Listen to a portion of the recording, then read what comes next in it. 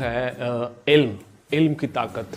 علم کیا ہے, علم کیسے حاصل ہوتا ہے, کہاں سے حاصل ہوتا ہے, اور علم کی کیا امپورٹنس ہے, اور آپ کی زندگی میں علم کیا کر سکتا ہے, اور ایک با علم انسان اور بے علم انسان میں کیا فرق ہے.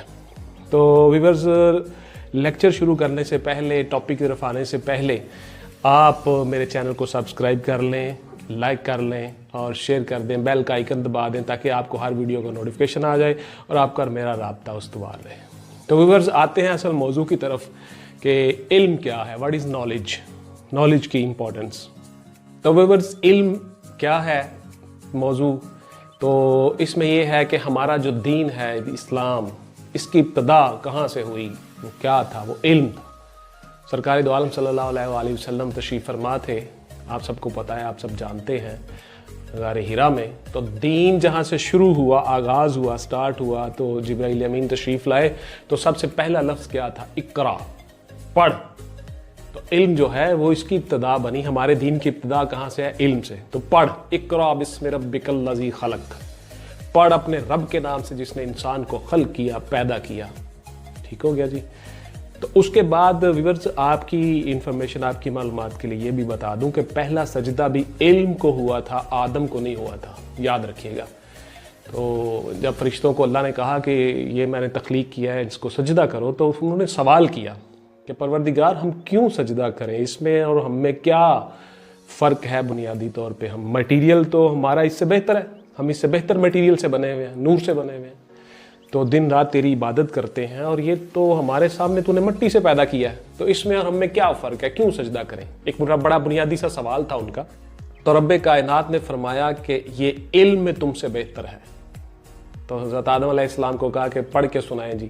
تو آپ علیہ السلام نے, حضرت آدم علیہ السلام نے تمام اسماء جو تھے, چیزوں کے نام, فرشتوں کے نام, اللہ کے اسماء, تمام اسماء جو تھے, علم الاسماء اللہ نے ان کو سکھا دیا تھا, ودیت کر دیا تھا. تو انہوں نے تمام کے نام بتا دیے. فرشتوں سے کہا اب آپ بتاؤ. تو انہوں نے کہا لا علم لنا انک انت, جو کچھ بے شک تو نے ہمیں سکھا دیا اس کے علاوہ ہم کچھ نہیں جانتے, یہ واقعی میں علم میں ہم سے بہتر ہے. تو انہوں نے پھر اس کو, آدم علیہ السلام کو سجدہ کیا. تو پہلا سجدہ بھی علم کو ہوا, اور اس کے بعد علم سے ہمارے دین کی ابتدا ہوئی. اور سرکار دو عالم صلی اللہ علیہ وآلہ وسلم جو کہ امی تھے, امی ایسے شخص کو کہا جاتا ہے جو بظاہر دنیا کی کسی درسگاہ سے نہ پڑھا ہو اور علم رکھتا ہو ہر چیز کا.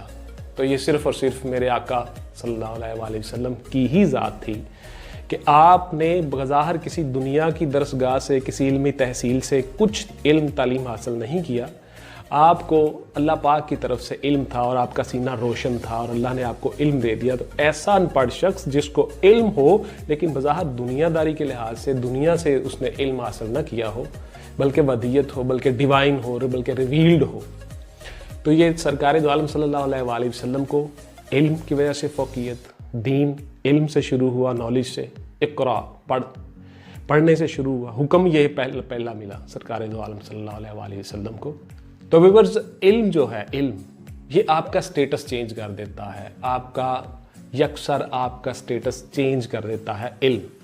یاد رکھیے گا, دولت آپ کا علم سٹیٹس چینج نہیں کرتی, ویلتھ آپ کا سٹیٹس چینج نہیں کرتی, آپ کی زمینیں جائیدادیں آپ کا سٹیٹس چینج نہیں کرتی, علم آپ کا سٹیٹس چینج کر دیتا ہے. تو میں اکثر اپنے اسٹوڈنٹس کو, اپنے طالب علموں کو مثال دیتا ہوتا ہوں کہ دیکھیے, ایک عام آدمی, عام برادری کا, موچی, دھوبی, نائی کا کسی کا بیٹا, جس کو ہم گاؤں میں کمی بولتے ہیں, اس کمی کا بیٹا کسی جگہ پہ بیٹھا ہوا ہے, CSS کی تیاری کر رہا ہے.